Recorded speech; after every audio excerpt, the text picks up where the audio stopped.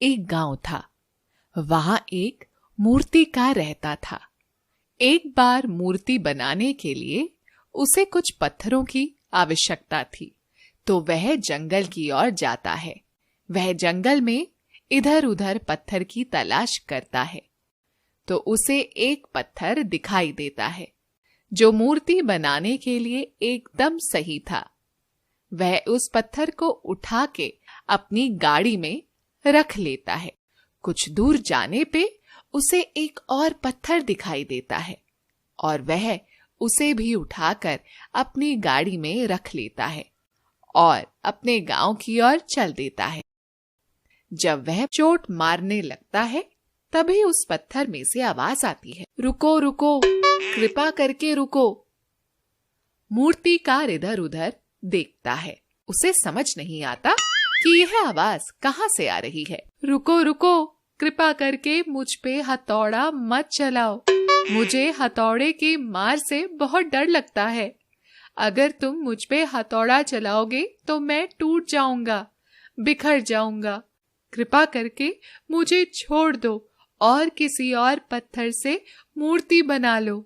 उसे उस पत्थर पर दया आ जाती है और वह उस पत्थर को छोड़कर दूसरा पत्थर उठा लेता है। ये पत्थर बढ़िया लग रहा है, इससे मूर्ति बनाता हूँ। यही सोचकर वह पत्थर पर जोर जोर से चोट करना शुरू करता है और इस बार पत्थर से कोई आवाज भी नहीं आती है और कुछ ही देर में मूर्ति बनकर तैयार हो जाती है। कुछ दिनों के बाद गांव के मंदिर में मूर्ति की स्थापना का दिन आता है। कुछ गांव वाले मूर्तिकार के घर जाते हैं और बोलते हैं, अरे भैया मोहन, क्या तुमने मूर्ति बना दी मंदिर में स्थापना के लिए? हाँ, वो तो मैंने 2 दिन पहले ही बना ली थी। मैं तो आप लोगों का ही इंतजार कर रहा था। अरे ये तो बहुत अच्छी बात है मोहन, चलो हम सब ये मूर्ति उठाकर उस मंदिर में स्थापना के लिए चलते हैं। अरे भाई रुको रुको, मूर्ति के आगे एक पत्थर और भी तो रखना पड़ेगा जिसपे लोग नारियल फोड़ सकें। वह व्यक्ति इधर उधर देखता है ताकि उसे कोई पत्थर मिल सके। तभी उसकी नजर उस पत्थर पर पड़ती है जिसे मूर्तिकार ने छोड़ दिया था और वह व्यक्ति उस पत्थर को उठा लेता है। ये पत्थर बढ़िया लग रहा है और मजबूत भी है। जब इसके ऊपर लोग नारियल फोड़ेंगे तो झट से नारियल फूट जाएगा। और सब गांव वाले मंदिर की ओर चल देते हैं। तभी उस पत्थर में से जोर जोर से आवाज आती है, अरे रुको रुको मूर्ख लोगों, मुझे कहाँ ले जा रहे हो? हे भगवान मुझे बचाओ, मुझे तो कहीं नहीं जाना।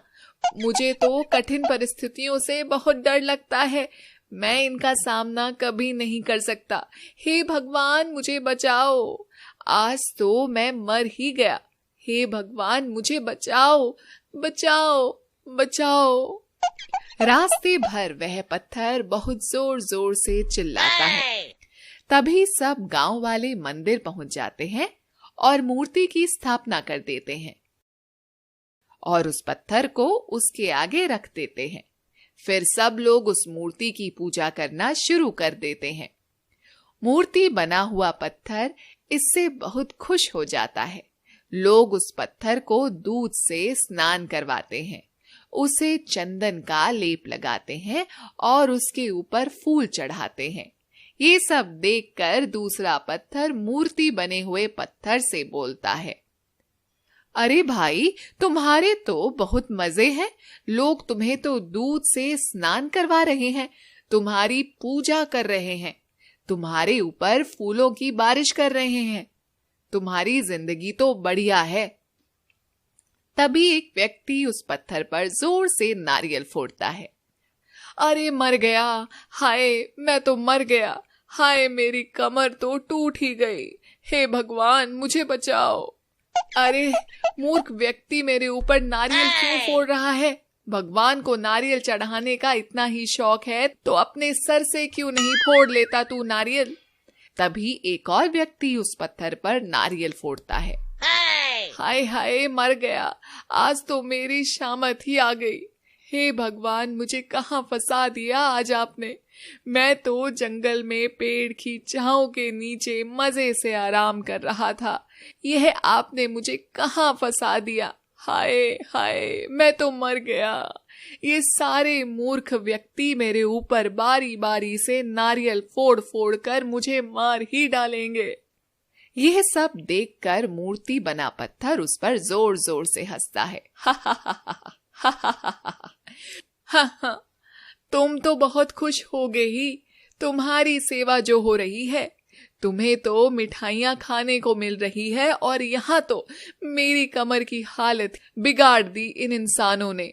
हाय हाय, बहुत दर्द हो रहा है, कोई मलहम ही लगा दो।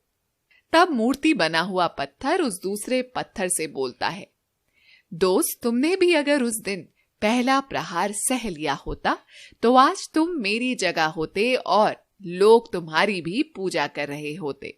तुम्हें भी दूध मक्खन से स्नान करवा रहे होते, तुम्हारी भी पूजा हो रही होती।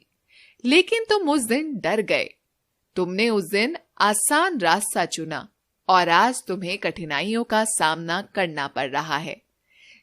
हम जब भी किसी परिस्थिति से डर के कोई भी आसान रास्ता चुनते हैं तो उस वक्त तो हमें बहुत सुकून और आराम मिलता है, पल भर के लिए खुशी भी मिल जाती है, किंतु आगे की राह और भी ज्यादा कठिन हो जाती है मेरे दोस्त। तब उस पत्थर को अपनी भूल का एहसास होता है और वह मूर्ति बने पत्थर से बोलता है, पत्थर, मुझसे गलती हो गई, मैं समझ चुका हूं। जो लोग मुश्किल परिस्थितियों से नहीं घबराते और उनका सामना करते हैं, लोग उन्हीं को सम्मान देते हैं और उन्हीं की पूजा करते हैं। आपने उस हथौड़े की चोट सही, कठिन परिस्थितियों का सामना किया, इसीलिए लोग आज आपकी पूजा अर्चना कर रहे हैं। आप अवश्य ही ईश्वर हैं भगवान। मैं आपकी शरण में आना चाहता हूँ, मुझे आप अपनी शरण में ले लीजिए। मुझे अपनी गलती का एहसास हो चुका है, मैं अब किसी भी कठिन परिस्थिति से नहीं घबराऊंगा भगवान, मुझे शक्ति दे भगवान। तभी मूर्ति में से आवाज आती है, जो व्यक्ति जिंदगी में मेहनत करता है, सही रास्ते पे चलता है और कठिन परिस्थितियों से नहीं घबराता और दृढ़ता से उसका सामना करता है, मैं हमेशा उसके साथ रहता हूं।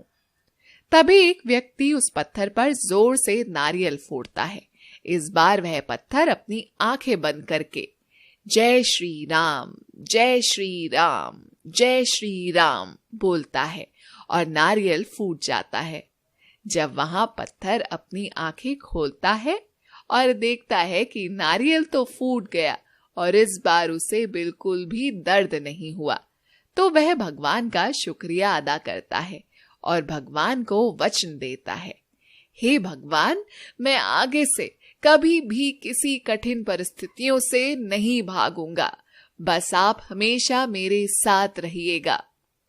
नारियल फूटने की वजह से नारियल का पानी उस पत्थर को भी पीने को मिल जाता है और लोग भगवान को भोग लगाने के बाद मिठाई को भी उस पत्थर पर रख देते हैं, जिससे उस पत्थर को मिठाई खाने को भी मिल जाता है।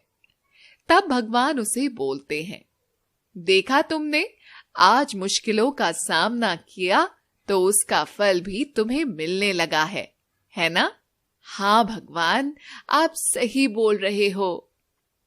मॉरल: कठिन वक्त सबकी जिंदगी में आता है, आज नहीं तो कल जरूर आएगा, लेकिन उस कठिन वक्त का सामना करने के लिए क्या आप तैयार हैं? अपनी जिंदगी का मजा जरूर लीजिए, लेकिन पहले आगे आने वाले कठिन दिनों की तैयारी करने के बाद, क्योंकि जब कठिन वक्त आता है तो फिर आपको मौका नहीं मिलेगा। एक बार सोचिएगा जरूर। अक्सर चुनौतियों से, संघर्षों से हम डरते हैं, लेकिन संघर्ष ही तो हैं जो हमें और अधिक मजबूत करते हैं और जिंदगी की कठिनाइयों से लड़ने की हिम्मत देते हैं और हमें सक्षम बनाते हैं, कुछ भी कर पाने के और कुछ भी कर गुजरने के। इसलिए जिंदगी में कभी भी कोई चुनौती आई तो उसे घबराइए मत, बल्कि हंसकर उसका सामना कीजिए। ये कहानी कहीं ना कहीं अगर आपके दिल को छुए तो प्लीज लाइक जरूर कीजिएगा। Humanity should be our race, love should be our religion. Thanks for watching.